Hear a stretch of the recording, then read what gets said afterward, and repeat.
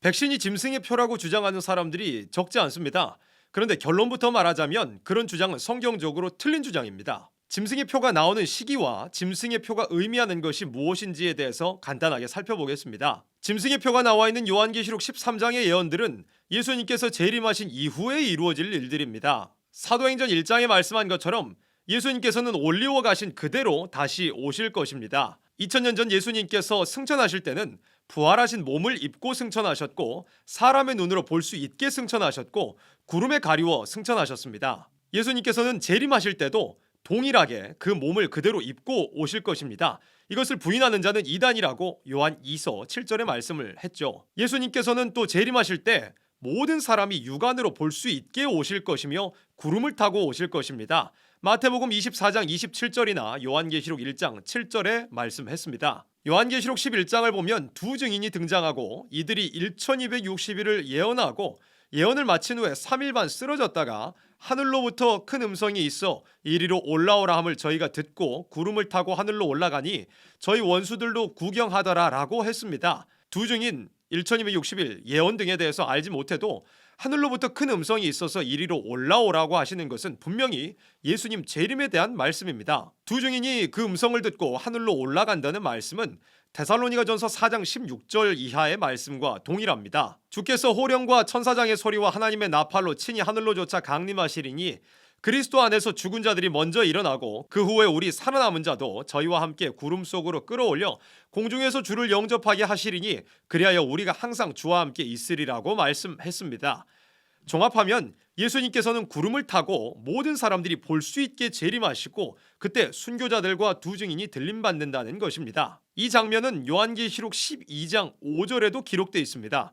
11장에서는 자세하게 기록된 반면에 12장에서는 간략하게 기록되었는데 한 아이가 하나님 앞과 그 보좌 앞으로 올라가는 모습으로 기록됐습니다. 이때가 예수님 재림하시는 때, 성도들이 들림받는 때입니다. 그런데 12장 6절을 보면 또 다른 1260일이라는 기간이 나옵니다. 이때는 5절과 같이 예수님께서 재림하시고 성도들이 들림받는 후에 있을 기간입니다. 이 기간은 요한계시록 13장 5절에서 나오는 짐승이 권세를 받아서 일하는 42달과 동일한 기간입니다. 이 기간에 짐승의 우상이 나오고 짐승의 표가 나오는 겁니다.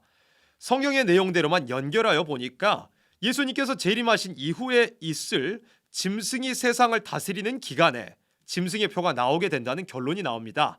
아직 예수님께서 오시지 않으셨습니다. 그렇기 때문에 성경에서 말씀하는 짐승의 표는 아직 나오지 않았습니다. 그리고 짐승의 표는 오른손과 이마에 받는다고 했습니다.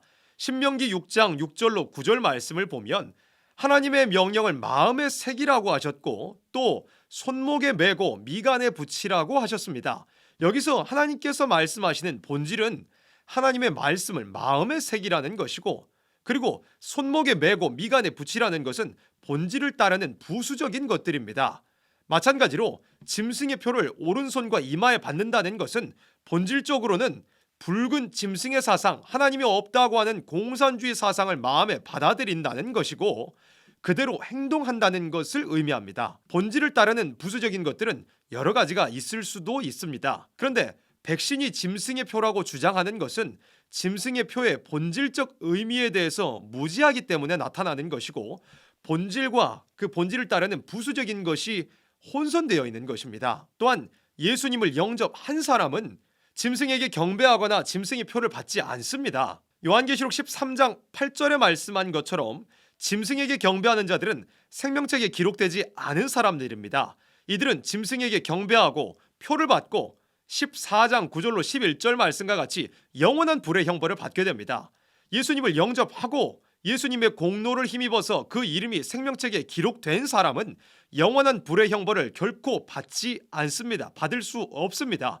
그렇기 때문에 표를 받지는 않지만 그러나 몇이든지 죽일 때 죽임을 당하게 됩니다. 여기에 죽는 사람들은 예수님을 믿기는 했지만 재림 예수님을 맞이하기 위한 예언의 말씀을 지키지는 않은 자들입니다. 예언의 말씀을 지키라는 예수님의 명령을 순종하지 않았기 때문에 천연왕국이 이루어지는 동안에 형벌을 받게 되고 후에 이루어지는 영원한 천국에는 들어가게 됩니다. 짐승의 표가 나오는 시기 그리고 본질적인 의미에 대해서 간단하게 살펴보았습니다. 전염병을 이유로 악한 정권이 자유를 박탈하는 정책을 펼치는 것, 그리고 백신의 개발 과정에서의 미흡함 혹은 부작용들에 대해서는 정당한 비판이 필요합니다. 그러나 짐승의 표를 여기에 적용시키는 것은 성경적이지 않고 많은 오류와 혼란을 불러일으킬 뿐입니다. 미혹이 가득한 이 마지막 시대, 우리는 오직 성경 말씀을 통해서 모든 것을 분별할 수 있어야 합니다.